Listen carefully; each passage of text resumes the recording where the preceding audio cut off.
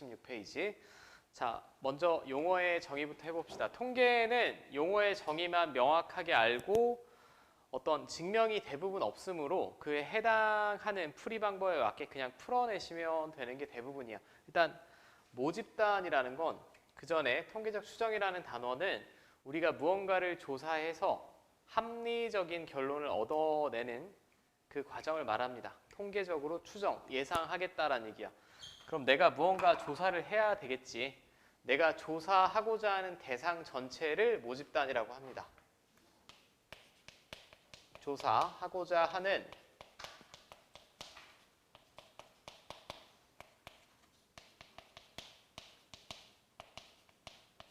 대상 전체. 그 다음에 어떤 국어적인 말뜻에서 알 수 있듯이 표본이라는 건 이 모집단에서 일부분을 말하는 거예요. 모집단의 일부분.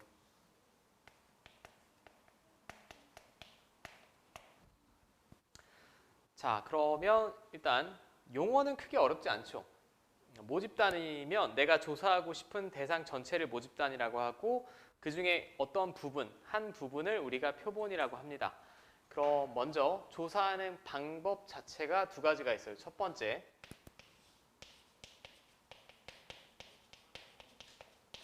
전수조사라는 방법이 있고 두 번째,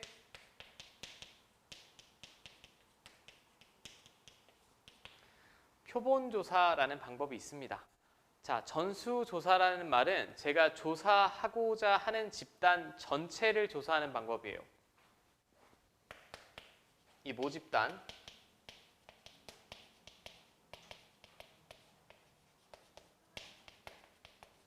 전체를 조사하는 방법을 전수조사라고 하고 여기서 숫자는 머리 숫자입니다. 그러니까 내가 조사하고자 하는 그 집단 전체의 머릿수를 다 조사하겠다라는 게 전수조사고 표본조사는 자료의 일부만 조사하여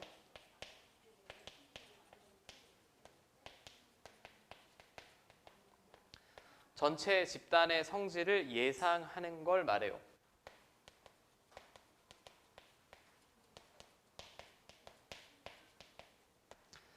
자, 일단 우리가 수학 시간이 아니더라도 그냥 이 국어적인 말뜻을 봤을 때 어느 게 더 시간이 보통 일반적으로 오래 걸릴까? 아마도 전수조사가 일반적으로 뭐 조사하는 시간이나 이런 것들이 오래 걸리겠지. 그리고 상황도 여의치 않을 확률이 많습니다. 그래서 우리는 때에 따라서 어떤 경우는 전수조사를 하고 어떤 경우에는 표본조사를 할 거예요. 자, 그럼 첫 번째는 이 정도 구분하실 수 있으면 돼. 전수조사를 해야 되는 경우랑 표본조사를 해야 되는 경우랑. 그리고 이거 뭐 수학 시간에서 특별히 중요한 내용은 아니지만 가끔 착각하시면 안 되는 게 전수조사가 무조건 좋은 조사 방법은 아니야. 다 조사하는 게 무조건 좋은 방법은 아닙니다. 뭐 여러분들 신문은 요즘 뭐 별로 볼 일이 없고 뭐 국어 지문에 그런 표현 들어보신 적 있을 것 같아요. 뭐 평균의 함정? 이런 거 들어본 적 없든? 그런 게 있습니다. 예를 들면 가구당 예전에 들었던 예시랑 똑같이 할게요. 그냥 내가 가구당 연봉을 조사하겠다. 우리 동네 특정 아파트 단지의 가구당 연봉을 조사를 해보니 A라는 집은 연봉이 1억, B라는 집은 연봉이 8천, 뭐 C라는 집은 뭐 돈을 잘 벌어 1억 5천. 쭉 조사를 했더니 부부 합산으로 여기 우리 삼성의 재용이 형이 살고 있다. 연봉이 200억이다. 라고 하면 평균 연봉이 급격하게 올라가겠지. 이 자료들의 분포 상태를 합리적으로 알려준다라고 보기 어렵습니다. 사실 지금 이재용 회장은 무보수로 일하고 있어요. 그냥 이건 그냥 제가 임의로 잡은 거고 책이 없다고 하려는 저 표정이 있는데 일단 책이 없지. 자, 그럼 이런 경우에는 내가 어떤 함정의 결론이 안 나오죠. 이 특별한 아웃라이너라고 해야 되나? 이런 넘어서는 누군가 때문에 그냥 왜곡된 결과가 나옵니다. 이런 경우엔 전수조사는 더 불합리한 결론을 낼 수도 있고 자, 근데 뭐 수학에서 중요한 건 이게 아니고 전수조사가 애초에 불가능한 경우가 있어요. 전수조사가 애초에 불가능한 경우는 예를 들면 여러분들이 뭐 삼성전자의 엔지니어다. 갤럭시 폴드를 만들었어. 그러면 수명을 조사할 수 있겠지.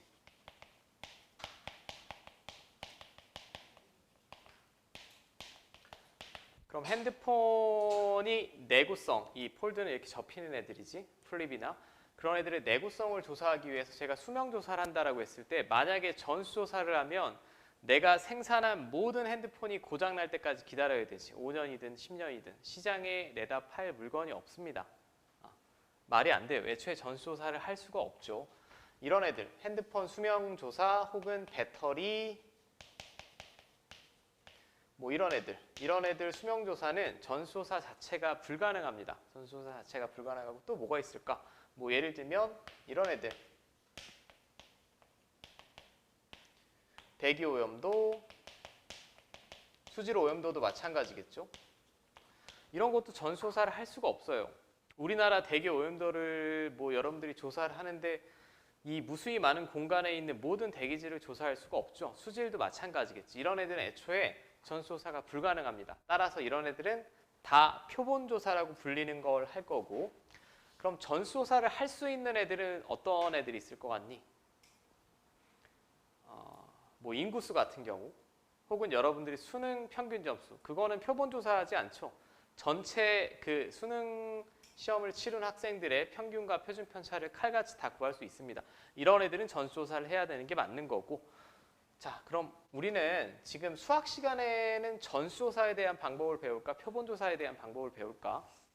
아마도 표본 조사겠지. 전수 조사는 그냥 무식하게 다 조사하면 돼요. 다 조사하면 되니까 제가 특별히 무언가 가르치고 하고 자시고 할 게 없습니다.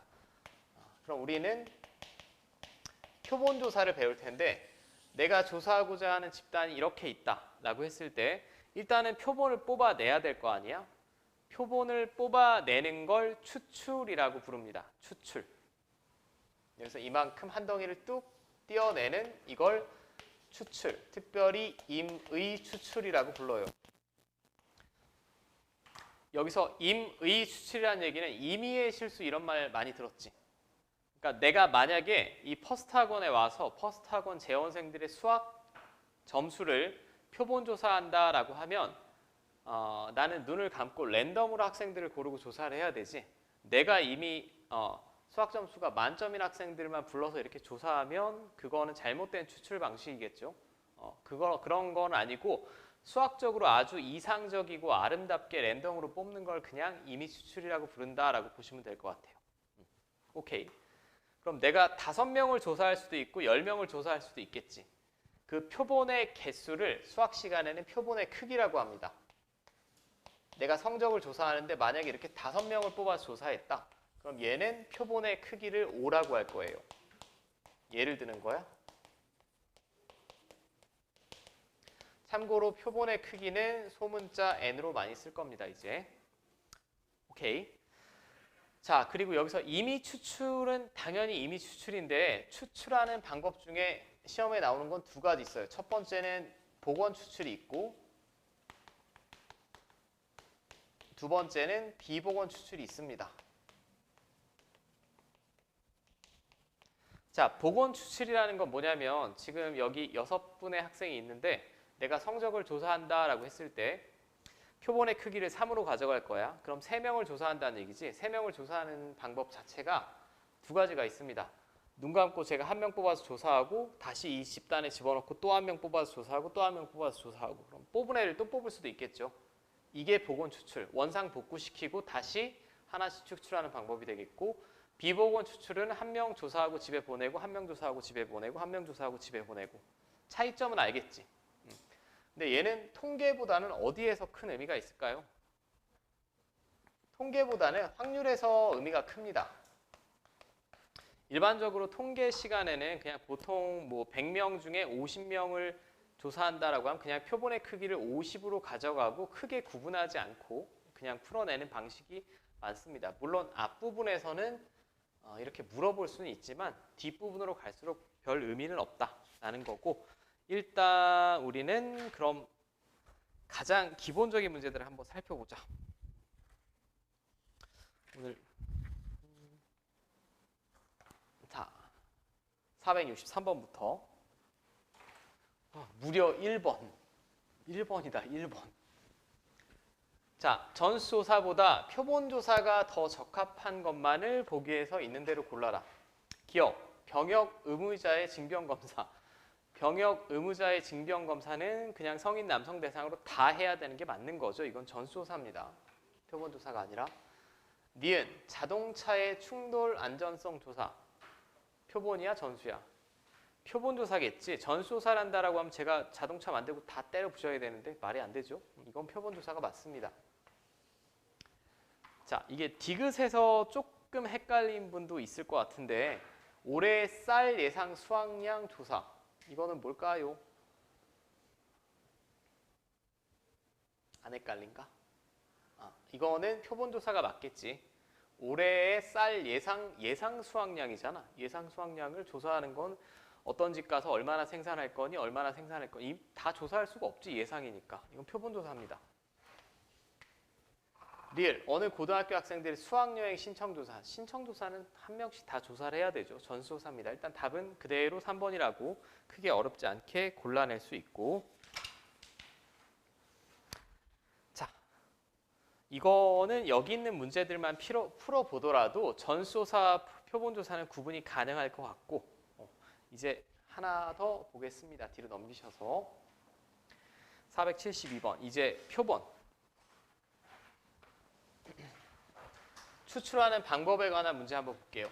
자, 3장의 당첨 제비를 포함한 5개의 제비에서 자, 이게 편의상 제비라고 합시다. 제비인데 3장은 당첨 제비래. 나머지는 꽝. 자, 3명의 학생이 차례로 1개씩 제비를 뽑아 3명 모두 당첨 제비를 뽑을 확률을 구하려고 한다. 복원 추출과 비복원 추출.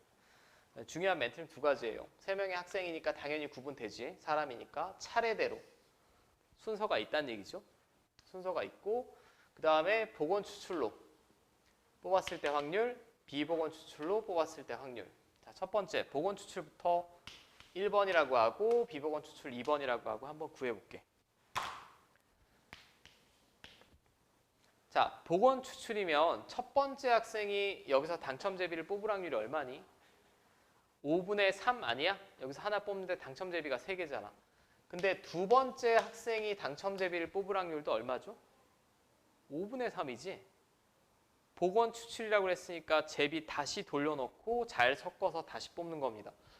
세 번째 학생이 뽑는 것도 5분의 3이에요. 자, 그럼 복원 추출이면 이렇게 되겠고, 자, 비복원 추출이면 일단 3명 모두 당첨 제비를 뽑아야 됩니다. 그럼 첫 번째 학생이 당첨 제비를 뽑을 확률은 5분의 3이죠. 맞습니까? 그럼 첫 번째 학생이 당첨 제비 하나 뽑아갔어. 두 번째 학생이 당첨 제비를 뽑을 확률은 4분의 2죠, 이제. 4장 중에 2장 뽑아갔어. 세 번째 학생이 당첨 제비를 뽑을 확률은 3분의 1이죠. 한 장밖에 없습니다, 이제. 자, 이렇게 되겠지. 그럼 마지막에 P-Q 구하여라 라고 했으니까 분모는 250으로 맞춰야 될 것 같아요. 자, 250분의 29 나오지, 3번. 됐어? 일단 얘는 한 번만 풀어봐. 474번. 자, 한번 봅시다. 1에서 7까지 수가 각각 적힌 7개의 공을 모집단으로 하여 표본의 크기가 3.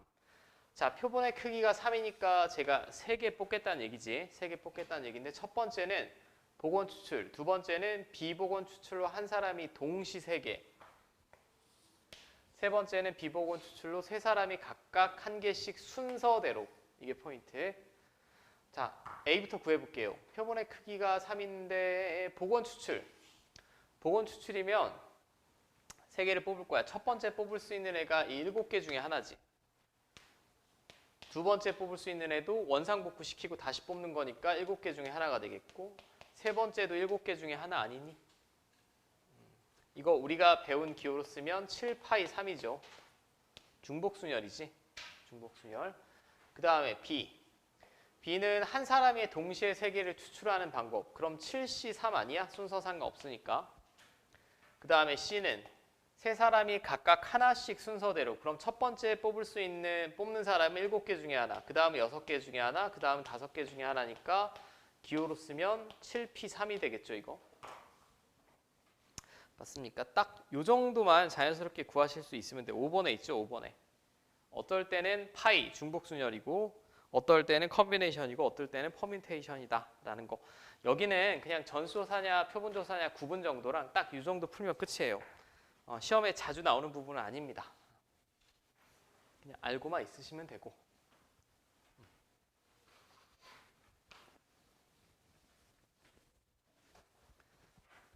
자, 이제 여기서부터 머리가 좀 아플 것이다. 이제 본격적으로 용어를 좀 약속을 해볼게요. 일단 모평균과 표본평균을 볼 텐데 모평균은 모집단의 평균을 말해요. 모집단의 평균을 이제 M이라고 쓸 거야. 앞에서도 평균은 M이나 EX라고 썼는데 여기 통계적 추정에서는 그냥 모평균을 스몰 m이라고 쓴다라는 거 받아들이시면 되겠고 표본평균은 얘랑 구분해야 되니까 이렇게 쓸 겁니다. X바라고 쓸 거예요. X바. 오케이? 자, 이게 뭔 느낌인지 제가 좀 설명을 드릴게. 그럼 여기 이렇게 모집단이 있어. 이게 내가 조사하고자 하는 대상 전체를 모집단이라고 부른다라고 했죠. 그럼 제가 예시를 들어볼게요. 이게 성적이라고 합시다. 전국 고등학생의 수학 성적이라고 가정을 해볼게. 물론 이게 수능 시험이다라고 하면 뭐 교육부나 이런 거는 전수조사 가능하겠지. 근데 내가 만약에 학원의 입장에서 리서치를 하고 싶다라고 하면 뭐 교육부 가서 달라고 한다고 줄 리가 없죠. 직접 조사를 해야 됩니다. 조사를 한다라고 가정해 봅시다. 그럼 이 조사하고자 하는 대상 전체의 평균이 있을 거야. 그걸 우리가 모평균이라고 하고 여기 용어 잘 보셔야 돼. 기호로 M이라고 쓸 겁니다. M. 그 다음에 이 집단 성적의 분산이 있을 거예요.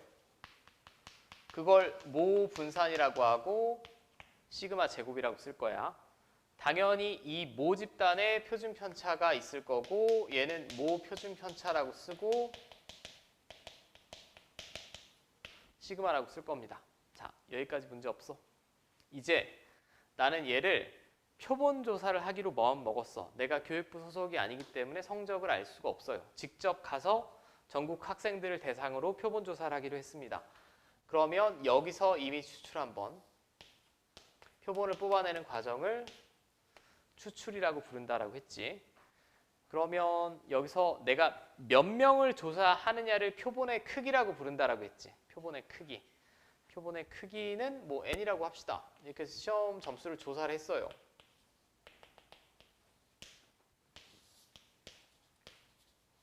n개.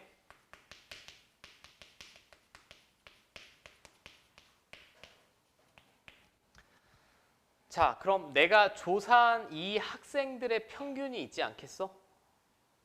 내가 10명을 조사했으면 무언가 결론을 내야 될 거 아니야? 합리적으로 그리고 효율적인 방법으로 무언가 정확하게 추론하려고 해야 되니까. 그럼 이놈들의 평균이 있을 거예요. 이놈들의 평균이 명칭이 뭐? 표본 평균이라고 한다고. 오케이. 잘 봐. 여기서부터 헷갈려.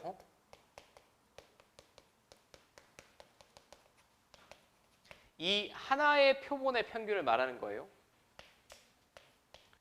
X바라고 쓸 거야. 오케이. 여기까지 되지? 근데 이 제가 조사한 N개의 표본에 다시 이놈들도 점수가 다 똑같지 않겠지? 표본의 분산이 있을 겁니다.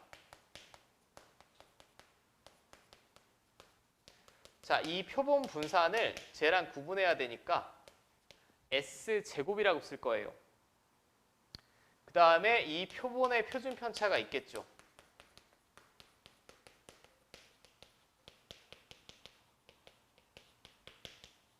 이 표본의 표준 편차는 스몰 s라고 쓸 거야. 더운 거 봐. 오케이. 여기까지 문제 없어? 그럼 한 번 조사하고 끝이야? 아니지. 어떤 조사관은 서울 가서 조사를 할 거고 어떤 조사관은 경기 지역에서 조사를 할 거고 어떤 지역은 어떤 조사관은 또 다른 데 가서 조사를 할 겁니다. 여기도 표본의 개수는 합리적인 결론이 나오면 똑같이 이렇게 표본들을 조사를 하겠죠. 맞아? 그러면 이 표본의 평균도 있을 거고 이 표본의 평균도 있겠지. 맞아요? 다 똑같다는 보장이 있습니까? 없습니다. 없으니까 제가 편의상 구분하기 위해서 이 표본의 평균을 x1바, 2, 3라고 할게. 오케이. 여기까지 문제 없습니까? 자, 그러면 이 결과를 취합을 해서 무언가 추정을 해야 될 거 아니야? 이 결과를 취합을 해서. 최종적으로 나는 이제 얘만 볼 거야. 봤더니 서울 지역의 평균은 몇 점, 경기 지역의 평균은 몇 점, 뭐 제주도 지역의 평균은 몇 점. 그럼 다시 이놈들의 평균을 또 구할 수 있겠죠. 다시 이놈들의 평균. 이걸 표본 평균의 평균이라고 합니다.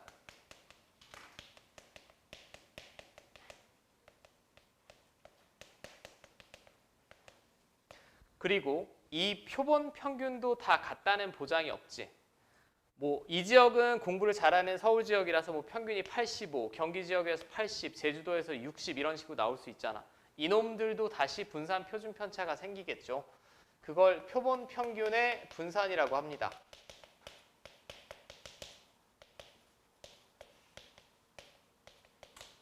그 다음에 다시 이놈들의 표본 평균의 표준 편차도 있겠지. 자, 이때 기호가 표본 평균의 평균은 아까 표본 평균을 x바라고 하자라고 했죠. 다시 이놈의 평균이니까 2x바라고 쓸 거고 표본 평균의 분산이니까 vx바라고 쓸 거고 표본 평균의 표준 편차니까 시그마 x바라고 쓸 거예요. 오케이? 여기까지 되죠? 이 과정이 좀 받아들여지니? 원래 전체 집단의 평균 분산 표준 편차가 있을 거야. 근데 전수조사라면 불합리한 결론이 나오거나 불가능한 경우에 표본 조사를 할 텐데 표본을 냉큼 한번 조사하고 끝이 아니라 여기서 이미 추출 한번, 이미 추출 한번, 이미 추출 한번, 이미 추출 한번 여러 번 조사를 할 거라고. 여러 번 조사를 하면 이 각각의 표본의 평균들이 나올 텐데 또 이놈들의 평균을 표본 평균이라 평균이라고 한 거고 이놈들의 분산을 표본 평균의 분산, 표본 평균의 표준 편차라고 한 겁니다. 여기서 이제 암기하셔야 되는 내용이 나오죠. 제가 통계에서 암기해달라는 얘기는 증명은 없으나 인정하고 100% 이용하셔야 되는 거. 아주 이상적인 상황에서 표본 평균의 평균은 모평균과 같음이 알려져 있습니다. 같대. 이상적인 상황에서. 그리고 표본 평균의 분산은 모 분산을 표본의 크기로 나눈 것과 같음이 알려져 있고 얘는 따로 외우는 건 아니죠. 이건 세트죠. 여기다 루트 씌워준 거니까 이거예요. 오케이. 그러니까 여기서 가장 중요한 거는 이거야. 용어의 약속은 이제 잘 아시면 되고 이게 제일 중요한 거예요. 이게 제일 중요한 거. 완벽하게 외우셔야 돼. 자, 그럼 저는 안타깝게 고교 수학 정도에서 이건 증명은 없다라고 했어. 증명은 없는데 제가 지금 한번 보여드리는 예시는 수학적으로는 좀 틀린 예시입니다. 수학적으로는 좀 틀린 예시지만 여러분들은 이 정도로 받아들여도 문제가 없을 것 같아.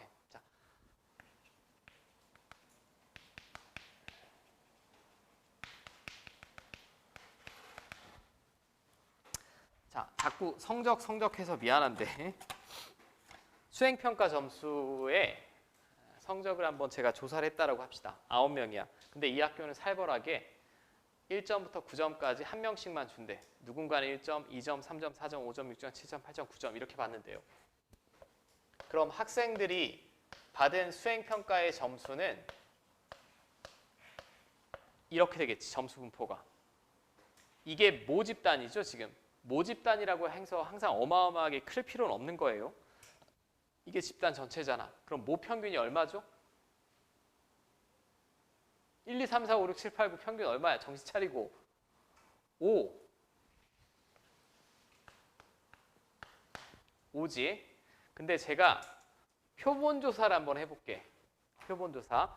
표본 조사를 할 때는 이미 추출해야 된다라고 했어요. 내가 딱 봤을 때 막 공부 굉장히 잘하게 생긴 애들 이런 애들만 물어보면 안 되고 첫 번째 조사자가 가서 이 학생, 이 학생, 이 학생을 조사했습니다. 자, 그럼 표본의 크기는 얼마야 지금? 3. 3명 조사했으니까 이 표본의 평균 얼마죠? 4. 이해돼? 두 번째 조사자를 들여보냈어. 들여보냈더니 지금 뭐 비버건 추출이라고 합시다. 얘는 이제 조사받고 갔고 나머지 애들 중에 조금 공부 못하게 생긴 애, 중간 정도 하게 생긴 애, 잘하게 생긴 애 한 명 뽑아서 이렇게 조사를 했어요. 이 표본의 평균 얼마죠? 5가 되겠지. 마지막 이렇게 조사했어. 수학적으로는 틀린 예시라고 했어. 그냥 보여드리는 거야. 이쁘게 뽑았잖아. 이거 이쁘게 뽑지 않았니? 그리고 나서 봤더니 4, 5, 6의 평균이 얼마죠? 5 나오지 않아? 이상적인 상태에서 표본 평균의 평균을 구해보면 정확히 모평균과 같이 나오는 건 알려져 있대. 수학적으로 증명하는 거는 여러분들이 이제 대학교 가서 이 중에 통계학과나 뭐 그런 데 가시면 배우실 거고 안 배우실 수도 있고. 여기까지 문제 없어요? 오케이. 그럼 이거는 좀 받아들일 수 있겠지. 첫 번째 줄. 받아들여진다고 해줘. 증명 없으니까 어차피 외워야 되는데 그냥 맨 때려 외우는 것보다는 좀 기억이 오래 남으려면 이상적인 상황에서는 표본 평균의 평균과 모평균과는 같음이 알려져 있다라는 게 첫 번째고 두 번째는 얘를 잘 봐봐. 표본 평균의 분산은 모 분산보다 지금 크게 나옵니까? 작게 나옵니까? n으로 나누면 n은 자연수잖아. 표본의 크기니까. 작게 나오지. 모 분산보다 작게 나오지 않아? 표본 평균의 분산은 항상 모 분산보다 작습니다.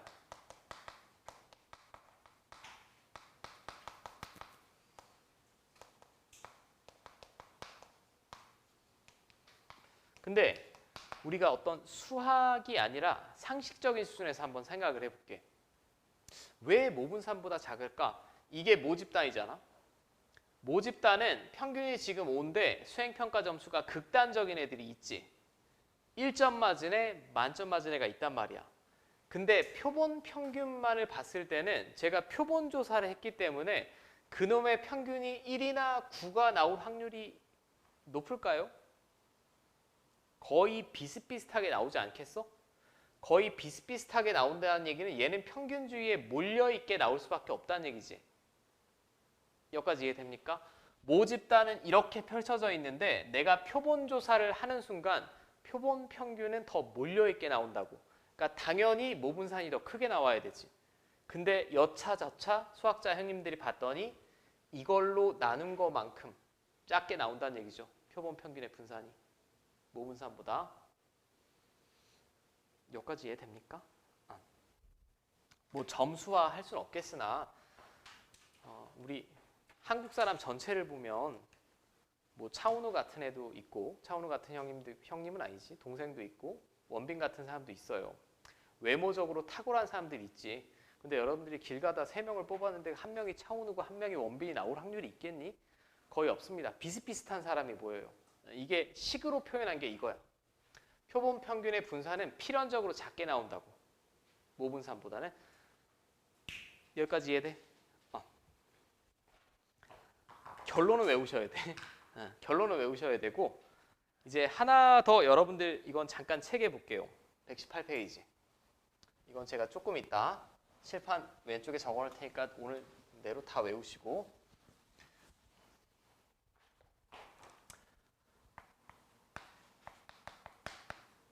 우리 이산 확률 분포부터 분산이란 애를 배웠는데 분산의 정의가 뭐였는지 기억나?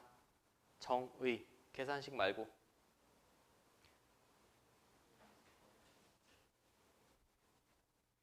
정확히. 편차, 제곱의 평균 아니었습니까? 편차 제곱의 평균이었습니다.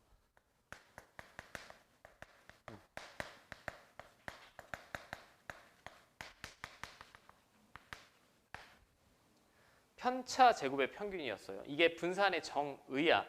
애초에 평균에서 흩어진 정도를 수치화하기 위해서 고안된 도구가 분산이라고 했고, 근데 편차 총합은 항상 뭐 나온다고? 빵 나온다라고 했죠. 잠깐 헷갈리시면 제가 잠깐만 해볼게. 어떤 학생 시험 점수야? 평균 몇 점이야? 90점이지? 그럼 이거 편의상 국, 영, 수라고 합시다. 국어 과목의 편차는 얼마죠? 마이너스 10입니다. 80에서 90 뺀 거죠. 영어 과목의 편차는 용어 약속이 90에서 90 뺀 거니까 빵. 수학에서의 편차는 100에서 90 뺀 거니까 10이지. 그럼 편차 총합은 항상 뭐라고 했습니까? 제가 0이라고 했습니다. 그러니까 어떤 흩어진 정도를 나타낼 수가 없어요. 그래서 수학자들이 고안한 게 편차를 그냥 다 모아자고 제곱 해서 평균을 구하자는 게 분산이었잖아. 그럼 이거 평균 편차 제곱의 합이죠. 이거 다 더하면. 다 더한 걸 얼마로 나눠야 분산이겠어요? 3으로 나눠야겠지. 별량의 개수가 3개니까. 맞아? 이게 중학교 때의 방식. 그죠? 그럼 편차 제곱의 평균은 결국 편차 제곱의 총합을 별량의 개수로 나눠야 돼요. 나눠야 맞지. 근데 여러분들 118페이지에 한번 봐봐. 센터에 뭘 보시면 되냐? 이거 표본 분산. 표본 분산에 관한 식이 이렇게 나와 있습니다.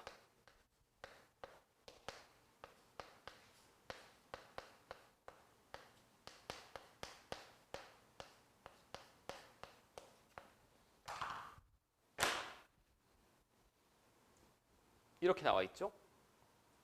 맞죠? 그럼 잘 봐. 얘가 뭘까라고 하면 XI에서 표본 평균을 뺐어. 자기자실에서 평균 뺐으니까 이게 편차지. 편차라는 걸 해석할 수 있어야 된다라고 했어요. 이산 확률부터. 확률 변수에서 평균을 뺐으니까 표본 평균을 뺐으니까 이게 편차야. 편차 제곱의 총합이죠, 이게.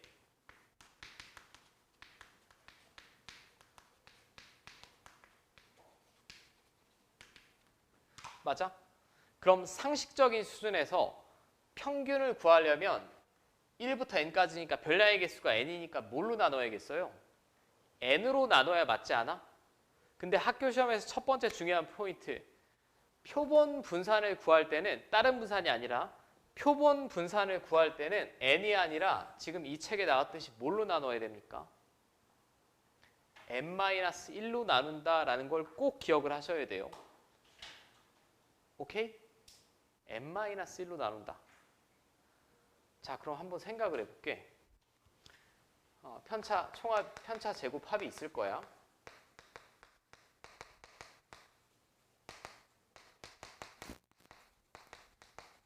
이것도 저는 지금 증명 아니에요. 여기 증명 하나도 없어. 얘를 n으로 나눌 때랑 n-1로 나눌 때랑 뭐가 더 클까요? 얘가 더 크지 않겠어? 분모가 더 작아졌으니까. 맞아? 여기까지 받아들일 수 있어? 그러면 잘 생각을 해봐. 여러분들이 지금 수학자는 아니지만 표본 분산을 구할 때는 의도적으로 분산을 크게 보정하겠다는 얘기 아닙니까? 지금 원래 이렇게 구해야 된다며. 맞지? 원래 이렇게 구해야 되는데 n-1로 나누겠다는 얘기는 의도적으로 분산을 크게 나오게 보정했다는 얘기예요. 분산이 커지게 보정. 오케이? 그렇게 받아들이셔야 돼. 수능 시험엔 안 나와? 학교 시험엔 나와요. 수능 시험에 이런 쭈글쭈글한 것까지는 안 나오는데, 근데 왜인지 한번 생각을 해봅시다. 제가 계속 성적 얘기를 해서 미안한데 내가 표본 조사를 한다며. 표본 조사를 하면 어떤 경기, 서울, 제주도 중에 메인 고등학교에 가서 한 10명 뽑아서 조사하지 않겠니? 막 산골에서 낮에 막 농사 짓고 이런 소규모 학원 한 반에 3명 막 이런 학교를 가진 않겠지. 그러니까 표본 조사를 했음에도 불구하고 아까 차은우 같은 외모로 들기로 했지만 실제보다 편차가 작게 나온다는 얘기야. 표본 조사를 하면. 극단적인 경우가 잘 안 뽑히니까. 그러니까 불합리한 결과가 나오더라. 조금 크게 보정을 하자. 라는 의미로 n-1로 나눈다 정도 기억을 해주세요. 일단은. 오케이. 뭐만? 표본 분산만. 표본 분산만. 자, 까먹기 전에 제가 한 문제만 볼게. 실제 학교 시험에 나온 거. 뒤에도 있어.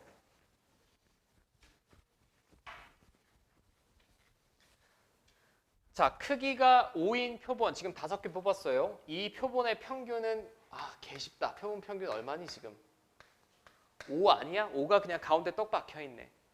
근데 여기서 표본 분산을 구해달라고 했어. 이거 구해달라는 얘기. S제곱 구해달라는 얘기입니다. 자, 그럼 제가 편차 제곱을 먼저 써볼게. 평균이 5니까 1에서 5 빼고 제곱 16, 3에서 5 빼고 제곱 4, 5에서 5 빼고 제곱 0, 7에서 5 빼고 제곱 4, 16 이거지. 근데 여기서 절대 학생 여러분들이 실수하시면 안 되는 게 원래 분산은 편차 제곱을 뭘로 나눠야 돼? 별량의 개수가 5개니까 5로 나눠야 되는데 표본 분산만 얼마로 나누라고? 4로 나누라고. 4. 그래서 5랑 10이 나와야 되죠.